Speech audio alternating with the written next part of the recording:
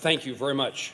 I rise this afternoon to discuss, along with a number of my other colleagues who share the understanding of the importance of broadband access, especially to rural America. A recent study by the University of Kansas found that up to 1 million Kansans live in regions that lack access to high-speed broadband services.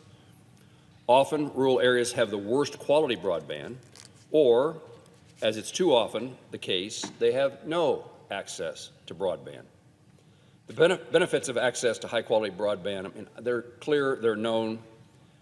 We've worked hard to be in positions here in the United States Senate in which we're fully engaged in the issue of making certain that all Americans have access to this service. Broadband access is correlated with more jobs, greater economic growth, better health care outcomes, and increased educational performance. This means our country will be weaker as we confront the economic and security challenges we're facing, including labor shortages, STEM education shortcomings, and the lagging American leadership in key technology areas. When millions are without broadband, we limit our potential as a nation. So lack of access to good quality broadband, it's certainly a local issue, it's an individual issue, it's a local business, a local family, a local school, a local library issue. But the consequence of those individuals, those families, those schools being absent broadband service is a detriment to our nation. Recognizing the importance of access to high-quality broadband, Congress has allocated significant resources to help bridge the digital divide. But the first step in appropriately allocating those resources is knowing where the money needs to go. I sponsored the Broadband Data Act, which was enacted in 2020 to require the FCC to use granular data to create a more accurate, refined broadband map to better target areas so we know where the new investments are needed. Getting these maps right is critical and has not been easy. With the first time I saw the maps that were developed, it's like, this doesn't reflect at all what I know about my home state of Kansas.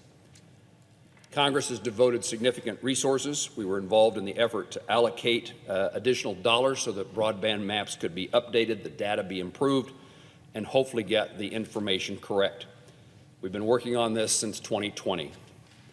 If the FCC maps aren't accurate, a large portion of funding will be poorly used in areas that in need won't get the resources required to increase the access to broadband. Millions of dollars in new resources for Kansas rely upon the accuracy of the maps. It would be poor government, a waste of taxpayer dollars, if the outcome is that we are only providing money to places that already have broadband service or have quality broadband service, and once again foregoing those that don't. The FCC is required to allow Americans to challenge the inaccuracies within the maps and making certain the maps improve over time.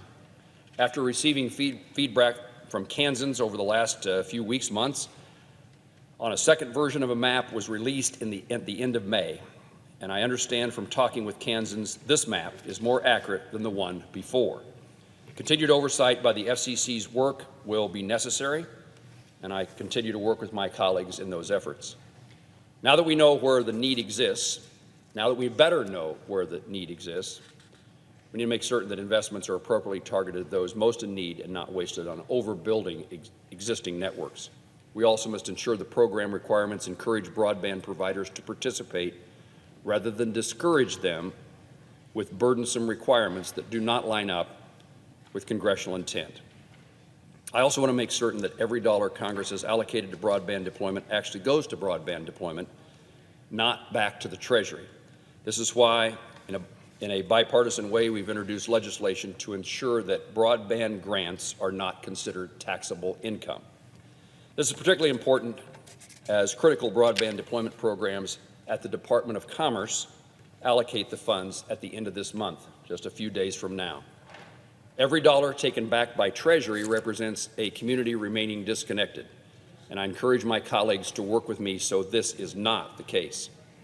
As part of my oversight work as the ranking member of the Commerce, Justice, Science Appropriations Subcommittee, I invited Commerce Secretary Gina Raimondo to Kansas to hear directly from Kansans about the challenges they face when deploying broadband across our state.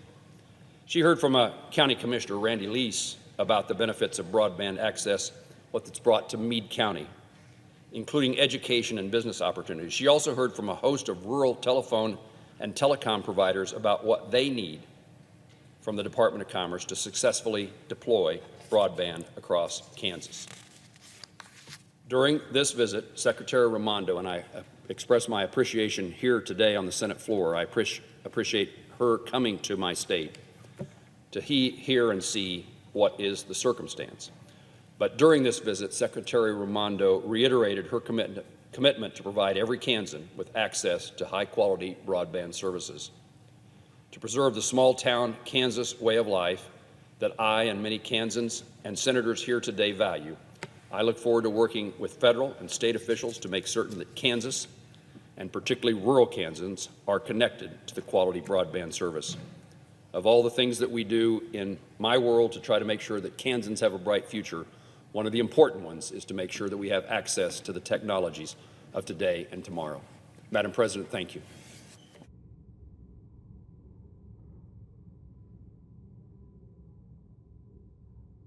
Madam President. Senator from North Carolina. Madam President, over the last several years, much has been made about the digital divide that exists here in America. The more digital the economy becomes, the bigger the divide between big cities and small towns. Now, as someone who still lives on a family farm in Davie County, North Carolina, I've always made it a priority to stand up for North Carolinians who don't have the advantage of large population centers. Rural Americans across our state and our nation shouldn't have their economic opportunity diminished because of their zip code. One of the biggest challenges that we face in bridging the digital divide, it's politicization. An example of this is the Broadband Equity, Access, and Deployment, or BEAD program. This program provides, quote, over $42 billion to expand high-speed internet access by providing funding, planning, infrastructure deployment, and adoption programs, end quote, across the country. But once the Biden administration got a hold of this funding, they began funneling it towards their liberal wish list instead of towards common sense broadband deployment. Another example is the Biden administration's Notice of Funding opportunity, which gives favorable treatment to the government-owned networks over private ones.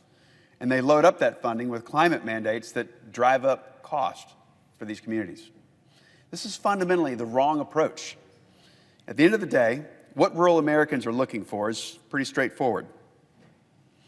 That they want highest quality internet for the most affordable price as quickly as possible. Madam President, this is not the time or place for social agendas or for partisan distractions.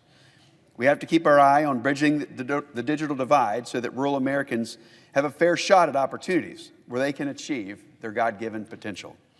And this is just one more way that we can build a strong nation. I yield back.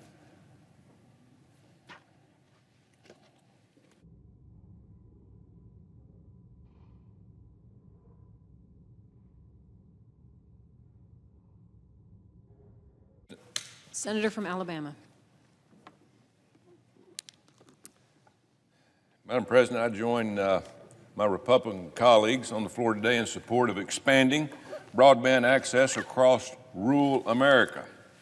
I recently had the honor of becoming ranking member of the Agriculture Committee, Subcommittee on Rural Development and Energy, which has jurisdiction over the U.S. Department of Agriculture's broadband programs.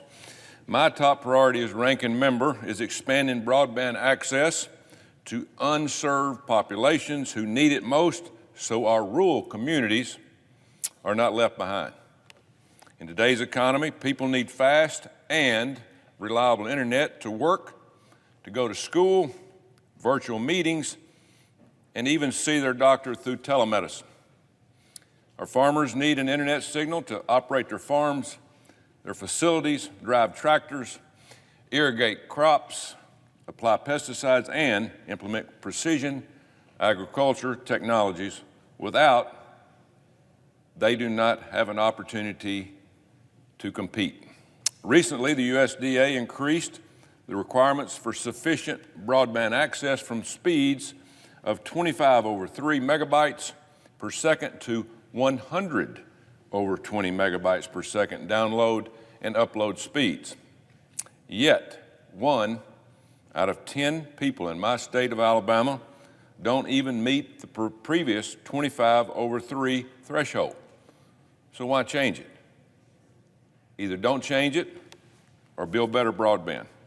I'm grateful to the chairman of the Rural Development Subcommittee, Senator Welch of Vermont, for his hard work and partnership on this bipartisan issue.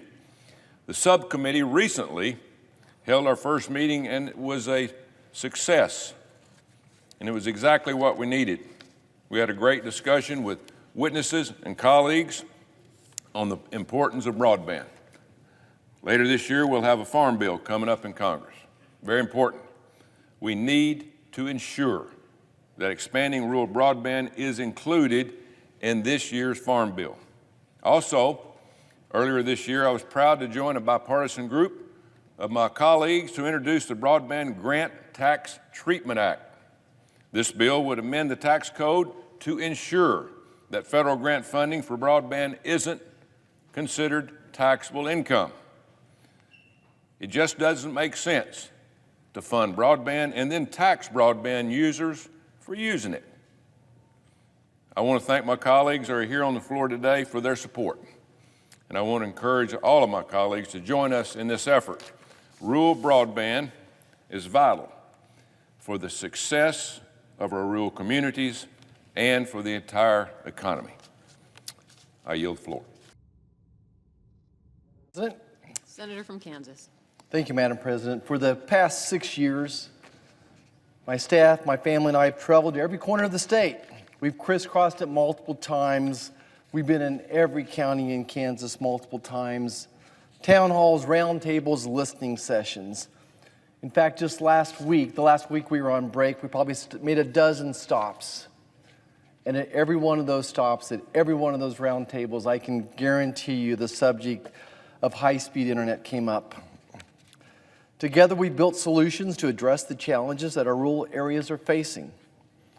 And together, we built hospitals, municipal water facilities, grocery stores, and critical infrastructure in our state's communities. But despite all these achievements, many Kansans agree that one job is still not finished, and that's the crucial task of building out high-speed broadband connectivity to every part of the state. Nothing highlighted the inadequate infrastructure for high-speed broadband across Kansas more than the COVID-19 lockdowns. Our schools and businesses across the state were shut down. Hundreds of thousands of Kansans were sent home to do their jobs and schoolwork. A lackluster internet connection impacted children's education across the state and many families' ability to keep up with remote work. Rural broadband's impacts go far beyond the classroom for our Kansas communities. In today's quickly evolving cyber world, adequate interconnection is a necessity, not just a luxury. Doctors at my alma mater, KU Med Center in Wichita, are trying to offer up clinical trials to rural Kansas participants through secure video checkups. Having a premier healthcare virtual consultation option in communities where there's a shortage of access to quality care can save the patient hours of driving and in many cases save their lives. In addition to healthcare benefits, having high-speed internet brings our farming techniques to the 21st century. In rural areas, the capability of using the best technology available in farming practices depends on a reliable internet connection. Precision agriculture internet apps allow farmers to monitor conditions hour by hour, second by second, more effectively in the field, and they can track crop yields and feed the world, producing more food with less. More food with less water, more food with less fertilizers. By utilizing this latest farm equipment, our state's farmers and ranchers are able to leave the land cleaner, healthier, and safer than we found it. Madam President, the call for a strong internet connection across Kansas has only grown. That's why I rise today to highlight the importance of broadband expansion. There is still so much work to be done to get rural America up to speed, and I realize this work will never be done. Just like our roads and bridges, that were amplified so much in the 1950s and 60s. We still have to go back and repair those roads and bridges. There's always one more road and bridge that we need to go back and fix, and that'll be the role of high-speed internet. There's always something bigger and faster out there that we need to keep pace. I'm proud to have played a role as a member of the Kansas House Agriculture Committee in 2018 when we drafted the Farm Bill, which directed both USDA and FCC dollars to fund new and innovative ways to connect rural residents. In 2018, we authorized the Reconnect program at the USDA, which awarded funding for broadband connectivity services to under and underserved areas. Reconnect provided $5.2 million to connect over 1,300 households, 16 businesses, and 23 farms in Kansas during its first round of funding. In 2023, we introduced a new effort in the 2023 Farm Bill with my colleague and fellow member of the Senate Ag Committee, Senator Peter Welch of Vermont. The Reconnecting Rural America Act provides a minimum speed of 100 over 100 high-speed internet build-out speeds, prioritizing long-term broadband infrastructure in our most rural communities. Every Kansan I've spoke to has voiced the need for symmetrical speeds in their community and for increased investments in fiber to be made by providers. By bolstering broadband and infrastructure for our rural communities, we are able to stay up to speed with what's happening in the rest of the world. Through these federal efforts, combined with the administration of funds at the state level, I believe that we're getting closer than ever to making a real impact in rural broadband connectivity. Still, we must stay dedicated to the task at hand and ensure that this infrastructure is built to last. Thank you. I yield back. I note the absence of a quorum.